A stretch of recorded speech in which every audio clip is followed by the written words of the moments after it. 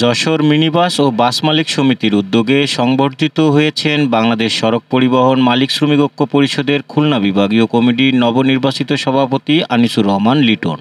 বৃহস্পতিবার সকালে বক্সরস্থ সমিতি কার্যালয়ে আয়োজিত এই অনুষ্ঠানে প্রধান অতিথির বক্তব্যে তিনি বলেন, মালিক শ্রমিক ও যাত্রীর মধ্যে ঐক্য ও শ্রদ্ধা বজায় রেখে একটি নিরাপদ ও সুশৃঙ্খল পরিবহন ব্যবস্থা গড়ে তুলতে হবে। অনুষ্ঠান শেষে তাকে ফুলেল শুভেচ্ছা ও অভিনন্দন জানানো হয়।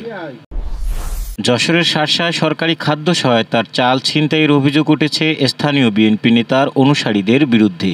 উপজেলার ধলদা মোড়ে হতদরিদ্র নারীদের কাছ থেকে ভ্যান থামিয়ে জোর করে চাল ছিনিয়ে নেয় ইয়ানুর, মিজান, মশিয়ার ও রফিকুল। ভুক্তভোগীরা জানান, প্রতিবাদ করলে গালিগালাজ করে তাড়িয়ে দেওয়া হয়। এই ঘটনায় উপজেলা প্রশাসন তদন্তের আশ্বাস দিলেও থানায় এখনও কোনো অভিযোগ হয়নি।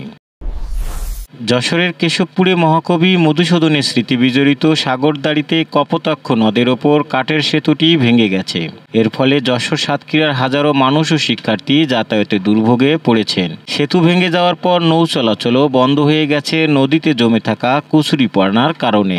এলাকাবাসী দ্রুত সরকারি উদ্যোগে নতুন সেতু নির্মাণের দাবি জানিয়েছেন। গত 24 ঘন্টায় যশোর জেলায় নতুন করে 9 জন ডেঙ্গু রোগী শনাক্ত হয়েছে। জেলা সিভিল সার্জন কার্যালয়ের তথ্য মতে চলতি বছর 1 জানুয়ারি থেকে 31 জুলাই পর্যন্ত জেলায় মোট আক্রান্তের সংখ্যা দাঁড়িয়েছে 253 জনে। বর্তমানে হাসপাতালে ভর্তি রয়েছে 22 জন। এর মধ্যে যশোর জেনারেল হাসপাতালে 8 জন, অভয়নগরে 10 জন, বাঘারপাড়ায় 2 জন, চৌগাছা ও মনিরামপুরে 1 জন করে চিকিৎসাধীন। এ পর্যন্ত সুস্থ হয়েছেন 230 জন। জনকে অন্য হাসপাতালে রেফার করা হয়েছে, সিভিল সার্জন অফিস সূত্রে বলা হয়েছে। যশোরের মনিরামপুরে সুপারস্টার মেডিকেল অ্যান্ড টেকনোলজি ইনস্টিটিউটে অভিযান চালিয়েছে ভ্রাম্যমাণ আদালত। কোনো বৈধ অনুমোদন না থাকা সত্ত্বেও প্রতিষ্ঠান চালানোয় কথিত ডাক্তার ডিএম মনিরুজ্জামান মনিকে 50,000 টাকা জরিমানা করা হয়। তাকে প্রতিষ্ঠান বন্ধের নির্দেশও দেওয়া হয়েছে।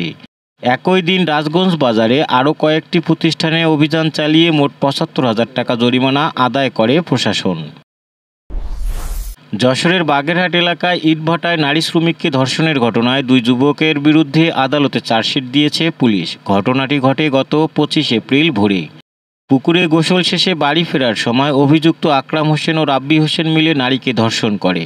তদন্তে অভিযুক্তদের দোষ প্রমাণিত হওয়ায় চার্জশিট দাখিল করা হয়েছে। যশোরে মার্চ ফর জাস্টিস দিবস উপলক্ষে পদযাত্রা করেছে জাতীয়তাবাদী আইনজীবী ফোরাম।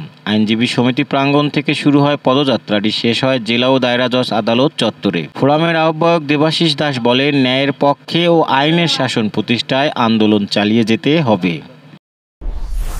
স্ত্রীর সঙ্গে অন্তরঙ্গ ছবি ও ভিডিও ফেসবুকে ছড়ানোর হুমকি দেওয়ায় যশোরে রবিউলকে কারাগারে পাঠিয়েছে আদালত।